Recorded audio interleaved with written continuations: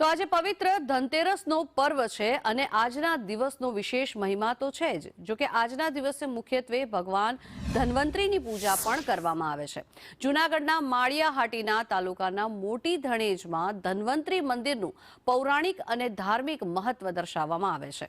આયુર્વેદના જનક અને અધિષ્ઠાતા દેવ એટલે ભગવાન ધન્વંતરી દેવ અને દાનવો વચ્ચે થયેલા સમુદ્ર મંથનમાંથી કળશ લઈને બહાર આવેલા ધન્વંતરી દેવ ઇન્દ્ર પાસેથી આયુર્વેદિક જ્ઞાન મેળવી અને સમગ્ર વિશ્વમાં પરિભ્રમણ કર્યું હતું।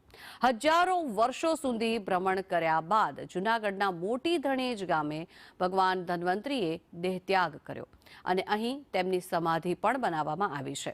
ધન્વંતરી મંદિર લોકોની આસ્થાનું પ્રતીક છે। ધણેજ ગામમાં આજ દિન સુધી એક પણ વ્યક્તિનું સર્પદંશથી મોત નથી થયું। તો શું છે તેનો મહિમા આવો જોઈએ। એક આસ્થાનું કેન્દ્ર છે। અહીંયા મોક્ષ માટે એક એવું સ્થાન છે કે જે માણસનું મૃત્યુ પછી જે દેહ કરવામાં આવે છે એનું અતિ મહાત્મ છે। બીજું અહીં અમારે સફેદ વડ પણ રહેલો છે। સફેદ વડ એ ગુજરાતમાં કદાચ ક્યાંય નહીં હોય કે આજે સફેદ વડ છે ત્યાં ભગવાનનો પરચો થયેલો છે। એ પરચા ઉપરથી આજે આનો ઇતિહાસ રચાણો છે અને ભગવાન ધન્વંતરી અહીંયા સમાધિ સ્થાન લીધું છે। માળિયાહાટીના અંદર આવેલો છે। અહીંયા દર વર્ષે ધન્વંતરી આશ્રમની અંદર ધનતેરસ નદી આ મોટી ધણેજ આખું ધવાડાબન ગામ જમણોર હોય છે અને ધન્વંતરી દાદાના અહીંયા ઘણા પરસા છે। ધન્વંતરી દાદાને અસાધ્ય રોગો મટાડ્યા છે અને દીકરાઓની માનતા કરી છે। એના ધન્વંતરી દાદા દીકરાઓ દીધા છે। આજે જે વર્ષો જૂનું ધન્વંતરી દાદાનો અહીંયા આશ્રમ છે અને ધન્વંતરી દાદાનું મંદિર પણ છે। ધન્વંતરી દાદાએ અહીં બાજુમાં પરસો પણ આપેલો છે અને બાજુમાં શિવ મંદિર પણ છે। એ પણ એક પૌરાણિક છે।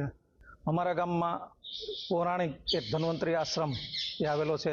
વ્રજમી નદીના કિનારે ભગવાન ધન્વંતરીનું દેહોત્યાગ અહીંયા કરેલો છે। ઇતિહાસમાં એવું કહે છે કે ભગવાન ધન્વંતરી એટલે કાશીના રાજા તરીકે એનો જન્મ થયો હતો અને દિવોદાસ તરીકે અવતાર લીધો હતો અને પછી ફરતા ફરતા લોકોના કલ્યાણ માટે આયુર્વેદનો પોતાના જ્ઞાન હોવાથી ફરતા ફરતા અહીંયા આવ્યા અને આ જગ્યા ઉપર તેની ખૂબ ઔષધિઓ જોઈ એટલે પછી તેણે પોતાનો અહીંયા આશ્રમ બાંધી અને રહેવા લાગ્યા।